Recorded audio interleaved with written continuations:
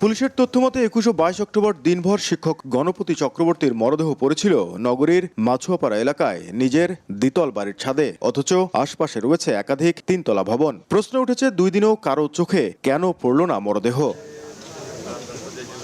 স্থানীয়দের ভাষ্য, সিদ্ধার্থ ও মুগ্ধকে দেখে এমন ভয়াবহ হত্যাকাণ্ডের সঙ্গে জড়িত থাকার কথা কল্পনা করা কঠিন। ঘটনা রাতে গণপতি চক্রবর্তীর বাড়িতে বিদ্যুৎ না থাকার কথাও শুনেছেন অনেকেই। পরে শোনা গেল যে কারেন্টও নাই। পরে রাত ১টা কি ২টার দিকে মিস্ত্রি ডাকে নিয়ে এসে পোলে ঠিক করলো। ওরা বলে দেখছিল ওই মাস্টার কয় এখানে সবারই বাসায় কারেন্ট আছে, আমাদের বাসায় কেন কারেন্ট নেই। ওরা বাইরে যাইতো, লাইট অফ করিয়ে যেত। আমরা এটাই ভাবছি যে হয়তো কোথাও বেড়াইতে গেছে। যে দুটা ছেলে কীভাবে ৪টা মানুষকে একের পর এক খুন করে ফেললো, এর পিছনে কোনো কারো হাত আছে কিনা বা এর পিছনেও কোনো গডফাদার আছে কিনা, আমার কাছে এটা একটা সন্দিহান ব্যাপারটা। পুলিশ বলছে, হত্যাকাণ্ডের পরও নিজ বাড়িতেই ছিলেন সিদ্ধার্থ। তার শরীরে আঁচড়ের চিহ্ন, টাকা দেখে স্থানীয় এক ব্যক্তির সন্দেহ হয়। সেই তথ্যের ভিত্তিতে সিদ্ধার্থকে গ্রেফতার করা হয়। পরে তার দেয়া তথ্য অনুযায়ী গ্রেফতার করা হয় মুগ্ধকে। তাদের ট্রেস করতে বলতে তারা তো একদম সংলগ্ন বাড়িতেই ছিল, তার বাড়ি, কিন্তু ওই রাতে তারা ওই বাড়িতে ছিল না, তার পাশের আর একটা বাড়িতে ঘুমাচ্ছিল।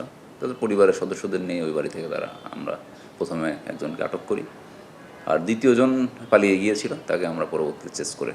তবে পুলিশের এই ব্যাখ্যায় সন্তুষ্ট নন বিভিন্ন সংগঠন, শিক্ষক ও শিক্ষার্থীরা। প্রকৃত রহস্য উন্মোচন ও দোষীদের দৃষ্টান্তমূলক শাস্তির দাবিতে চলছে টানা আন্দোলন। আমাদের কাছে মনে হচ্ছে যে এটা নানান অন্য ভিন্ন খাতগুলোকে খতিয়ে দেখবার আছে। তারা যদি শুধুমাত্র ইয়াবা সেবনের জন্যই এই যে একের পর এক খুন সংগঠিত করে, তাহলে কিন্তু তারা যে বাড়ির পাশে যে নির্মাণাধীন বাড়ি ছিল সেখানে কিন্তু তাদের ইয়াবা সেবনের জন্য সেই জায়গাটি অনেক নিরাপদ ছিল, তাহলে তারা কিন্তু আবার পুনরায় প্রাচীর টপকিয়ে কিন্তু এই বাড়িতে আসতো না। একদম শেষ পর্যন্ত এর সঠিক বিচার চাইতেই থাকবো। টানা 2 দিন ফোনে না পেয়ে 22 আগস্ট রাতে গণপতি চক্রবর্তীর স্বজনরা বাড়িতে এসে ডাকাডাকি করেন। সাড়া না পেয়ে খবর দেন পুলিশকে। পরে ঘরের ভেতর থেকে শিক্ষক গণপতি চক্রবর্তী, তার স্ত্রী প্রীতিলতা, কন্যা প্রার্থী ও শিশু প্রিয়মের মরদেহ উদ্ধার করা হয়। রংপুরের 4 হত্যাকাণ্ডের ঘটনায় সিদ্ধার্থ ও মুগ্ধ আদালতে 164 ধারায় স্বীকারোক্তিমূলক জবানবন্দি দিয়েছে।